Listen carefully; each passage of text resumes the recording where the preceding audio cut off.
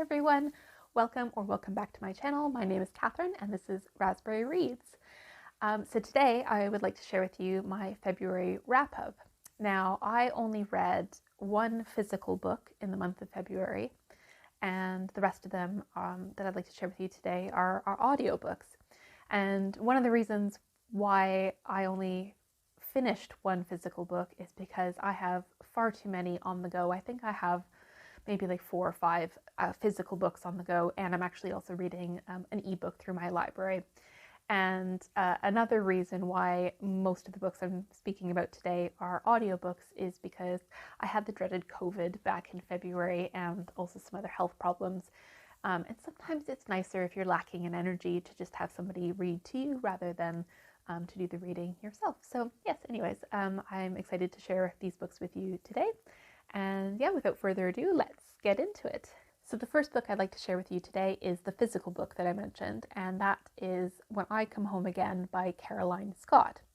And I read this book for my work book club, and we're actually speaking about it very shortly.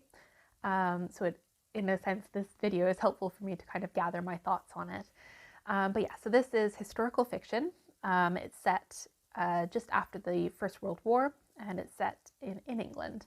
And it's about a soldier who's found in sort of an unexpected circumstance, and he has amnesia. And this soldier is given the name of Adam, but you don't find out what his actual name is until much later.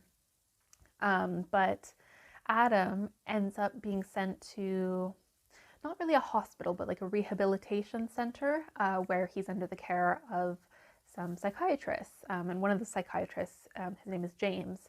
And this story looks at several different perspectives, which is something that I enjoyed about it. So you follow Adam, or so-called Adam, the soldier, and you're trying to understand his experience and the sort of ups and downs as he's trying to find himself again, find his identity. He seems to really like to draw, and he also enjoys gardening. And in many ways, he's actually quite comfortable in the rehabilitation center. And then you also have the storyline about the psychiatrist James, and he also served in the war and has some trauma linked to that. And so I like that there's a connected storyline that goes through sort of his challenges, and almost in a way how Adam supports James, and they come to terms with their own trauma from the war. So I think it's actually based on real events, which is really interesting. I haven't looked into the details of those real events, but the premise is that a newspaper article featuring a photo is published to try and sort of garner interest in these not just Adam, but several soldiers who have amnesia and sort of lost their identity and are looking to reconnect with their families. And because of the publicity of that article, many people, mainly women, come forward claiming that Adam belongs to them. And so the story looks at 3 women mainly. One of them is a mother, claiming that Adam is her son. One of them is claiming that he's her brother, and the third claims that he is her husband. So it's really interesting to see those storylines sort of intermingled throughout this work. So now that I've shared a little bit about what the book is about, I must admit that I almost gave up on this book within the first 100 pages. And so I've mentioned before on my videos that I'm very particular about writing, and I just struggled with the writing style in this book. I did finish it. I'm glad I persevered because it's a really interesting story, but I felt that the writing was just a little bit flat, and more so, it's set in 1918 through to the early 1920s, and I just couldn't get the sense of the time period. I felt like some of the dialogue or even like particular dialect was a bit flat. And yeah, so reading sort of excerpts of the book, you could kind of get the sense of it that it could be placed anywhere at any time period, not specifically in the Lake District of England post First World War. So that's one of the reasons why I struggled with it. In the end, as I mentioned, I did finish the book, and I gave it 3 out of 5 stars. So I don't think I've mentioned my ranking system on my channel yet, but I tend to go out of 5 stars, and I tend to go with whole numbers only, and that's just because I've used Goodreads for so long, and I've only recently got the Storygraph, and yeah, so the opportunity hasn't quite presented itself to me to use sort of fractions or partial marks. But yeah, so 3 out of 5 stars for this particular work of historical fiction.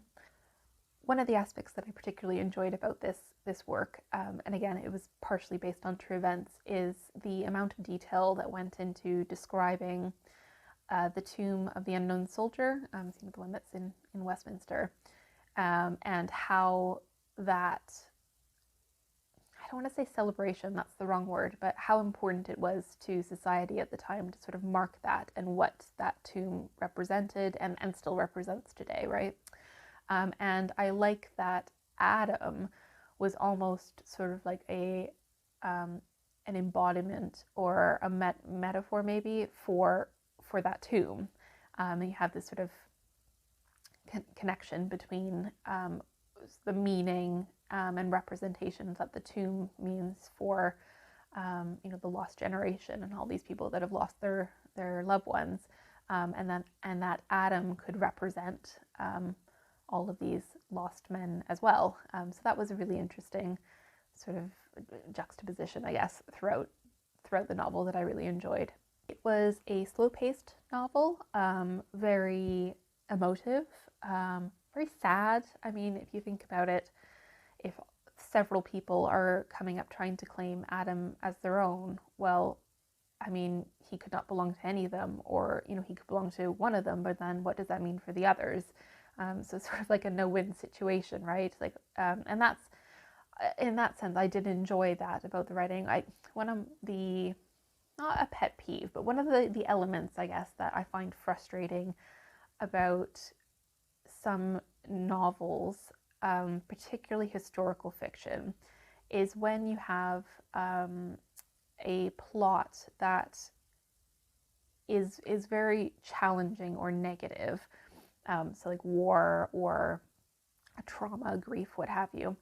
And I like to have a realistic ending. I mean, maybe that makes me kind of a pessimist, I don't know, but I like when a book ends realistically. And so I think for that reason, I enjoyed elements of this book by Caroline Scott because the ending was a little bit sad.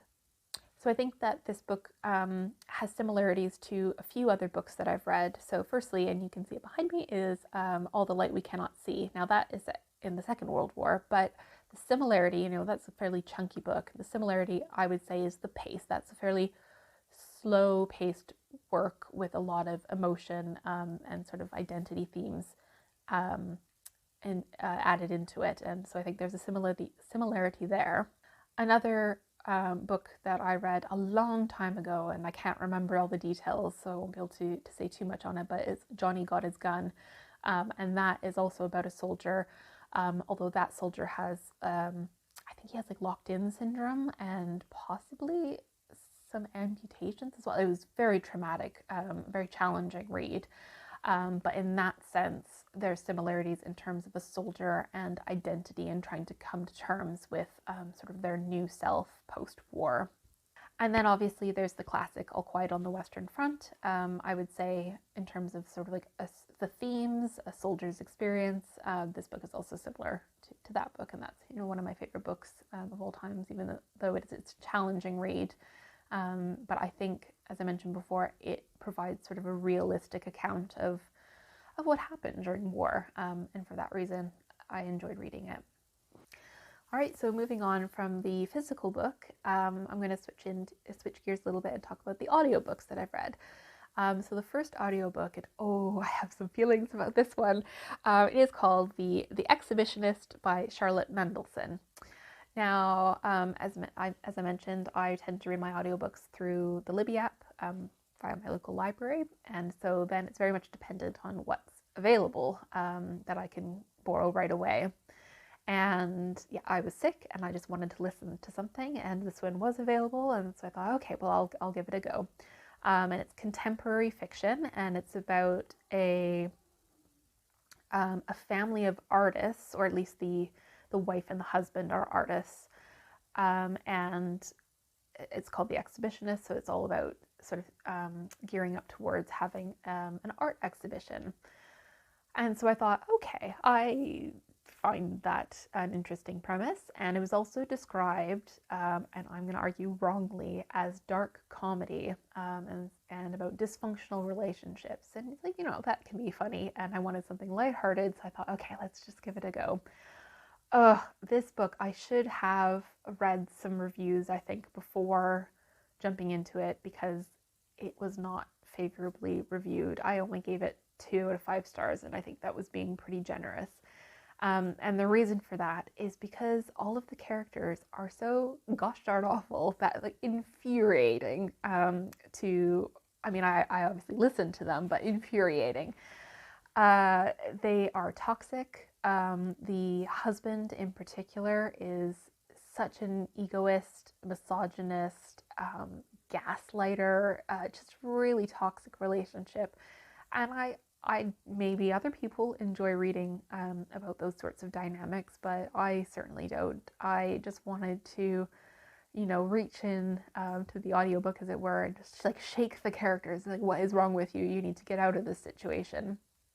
Yeah, and I think some of that toxic relationship comes from the fact that Ray, the husband, is has had success as an artist in his own right, but feels very jealous and threatened by his wife, Lucia's own success as an artist, and perhaps that she's sort of gaining more success than him.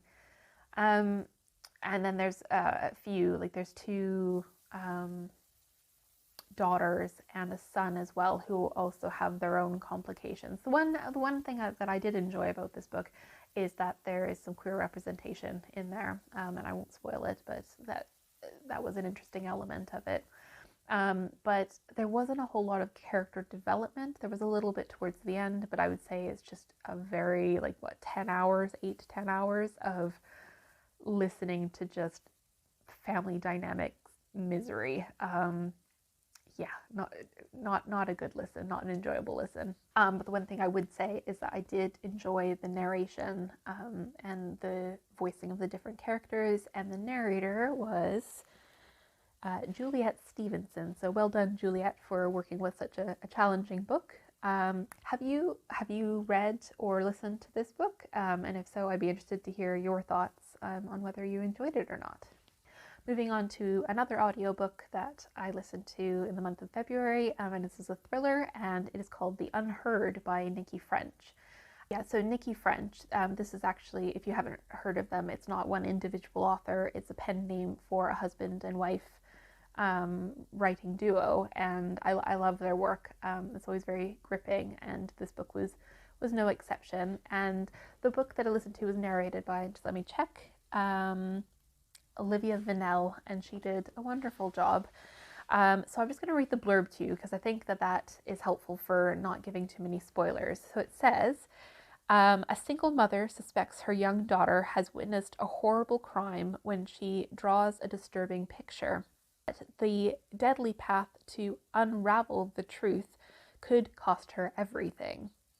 So yeah, this was about Tess, was the name of the mother, and her daughter's name was Poppy. And as the blurb suggests, her daughter's drawn something. It's pretty horrific, and there's a tagline of "He did kill." So the daughter keeps saying, "He did kill, he did kill," and that was what drew me into listening to this. And yes, I don't want to give any spoilers, so I can't really say much more than that. But it was an enjoyable book to listen to, and I gave it 3 out of 5 stars. Although I would say that's higher. I mean, as I said, I don't do sort of half marks, but if I did, it would be more of like 3.75 maybe. But the just to define this a little bit, I would say it's more of a psychological thriller, and probably medium paced. I mean, there was some character development and it sort of took a while to sort of unravel the mysteries. So yeah, medium paced. And what was interesting about this book is that it was described as sort of like a mix between John Grisham and a Miss Marple whodunit. So if that's sort of your vibe, your cup of tea, then I would definitely recommend listening to the audiobook or picking up the physical book. Okay, so next up we have another audiobook, and this is A Chorus of Mushrooms by Hiromi Goto. And this is a Canadian literary classic. It came out in the 90s and won quite a few awards. And I think it then was re-released for an anniversary edition. And so that's why I was able to access the audiobook through my local library. And yeah, let me just make sure that I get the names correct. So the audio was narrated by two Canadian actresses, Brenda Camino and Stephanie Secchi, and it was released in 2021, and it was wonderful. They did such a great job of narrating the different characters. They also spoke Japanese and like mixed between Japanese and English, and it would be really interesting actually to compare a physical copy whilst reading the audio, because not knowing Japanese, I could only assume that when they had Japanese and then English, that it was sort of like a translation. But yeah, so it'd be interesting to sort of see the position of the text and whether what they were saying in Japanese was then directly translated into English. I suspect there were some elements where you had to kind of infer what they were saying in Japanese, and then it would jump into kind of a response in the dialogue, and it was wonderful. It was kind of almost like a radio play in that sense. And yeah, so this book is kind of like a mix of myth and oral history, folklore, and it's an intergenerational novel based on Japanese immigrants living in Calgary. Yeah, well, living near Calgary in Alberta. And this family owns a mushroom farm. And although the mushroom farm plays an important point in the plot, what the book is really about is the relationships between three generations of women. So there's the grandmother, the mother, and the daughter. And most of it is told from the daughter's perspective in a kind of mythical style conversation or spiritual style conversation with her grandmother.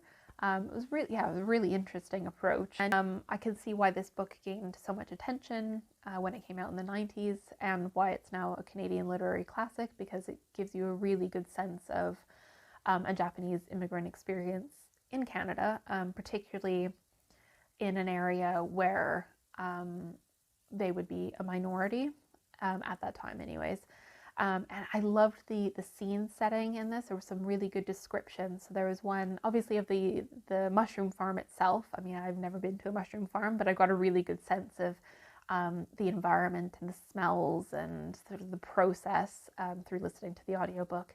And there was also a really great scene when the daughter goes to an Asian supermarket to pick up some ingredients to make a meal for her mother, and yeah, that sort of stuck in my mind. Yeah, and so at the time I gave it a 3 out of 5 stars, although it stuck with me, and I hope it continues to stick with me. So again, I think it would be more of a high 3 out of 5, and I would 100% recommend listening to the audiobook if you could find it. Have you read or listened to A Course of Mushrooms? If so, then let me know what you thought of it. And the last book, again, an audiobook that I just finished, kind of cheating a little bit because I technically finished it on the 1st of March, but anyways, is a Lisa Jewell book. It's Then She Was Gone.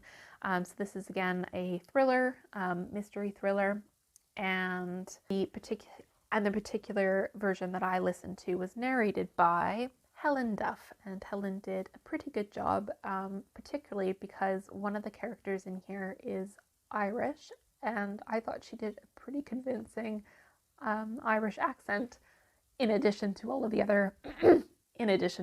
other character accents.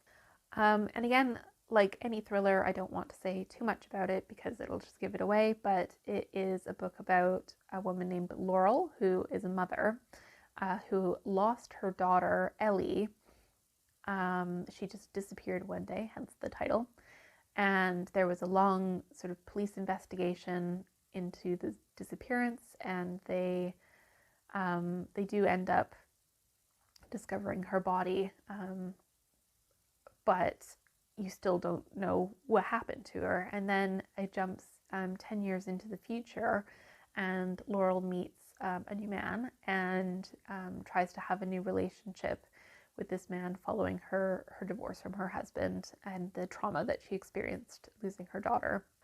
And the kind of hook, I guess, for this book is that when Laurel meets Floyd and then meets his young daughter, he has two daughters, but his younger daughter, Poppy, Laurel is struck as to how much Poppy looks like her deceased daughter, Ellie rather, and you just want to know what happens from there, right? I enjoyed the complexities of sort of mother-daughter relationship in this book. Unfortunately, I guessed basically what was going to happen only a quarter of the way through the audiobook. I remember I was sitting on the sofa and I turned to my partner and I was like, oh, I think I know what's happened. And that's never fun, right? You want to kind of have all the twists and turns in a thriller or a mystery until almost the very end. I didn't get all of the elements. I didn't suspect all of the elements, but for the most part, I kind of gleaned what was going to happen. And so for that reason, this book was kind of a meh for me. I mean, I finished it and it was very formulaic, which I enjoy in my thriller reads. But because it didn't keep me on my toes, I would give it a 3 out of 5, but a low 3 out of 5. I should say that when I rank books, I'm usually pretty generous to a point. So if I don't finish it, then it's going to probably get like a 1. But that doesn't happen very often. Otherwise, if I finish it and it's either got really terrible writing or something really problematic in it, it's most likely going to get a 2 from me. Otherwise, if it's just good, like good job, gold star, then you'll get a 3 on a spectrum of 3s. If it was really good, particularly if it had excellent writing, it will likely get a 4. That tends to be more so for literary fiction or some historical fiction or nonfiction rather than sort of pulp thrillers, contemporary, etc. And then, it has to be pretty brilliant, mostly again in terms of the writing, or just really innovative before I'll give it a 5-star. So maybe I'm too hard on my books, but you can get the sense that if I give it a 3, it's probably worth reading. It's not going to blow you away, but it's still enjoyable. And so those are all of the books that I finished in February. I've got quite a few on the go, and I hope to be able to do a wrap up on those soon. But have you read any of these books or listened to them? If so, let me know in the comments. What did you read in February? Do you have any that you were a little bit disappointed by, or equally any that were 5-star reads completely blew you away that you'd like to recommend to me? I'd love to hear about it. If you're new here, thank you so much for watching my video. If you'd like to subscribe, that would be wonderful. I've had lots of new subscribers recently, and that's so fantastic for being such a new channel. I really appreciate you stopping by. So have a really good rest of your day, and I'll be back soon with a new video. Bye!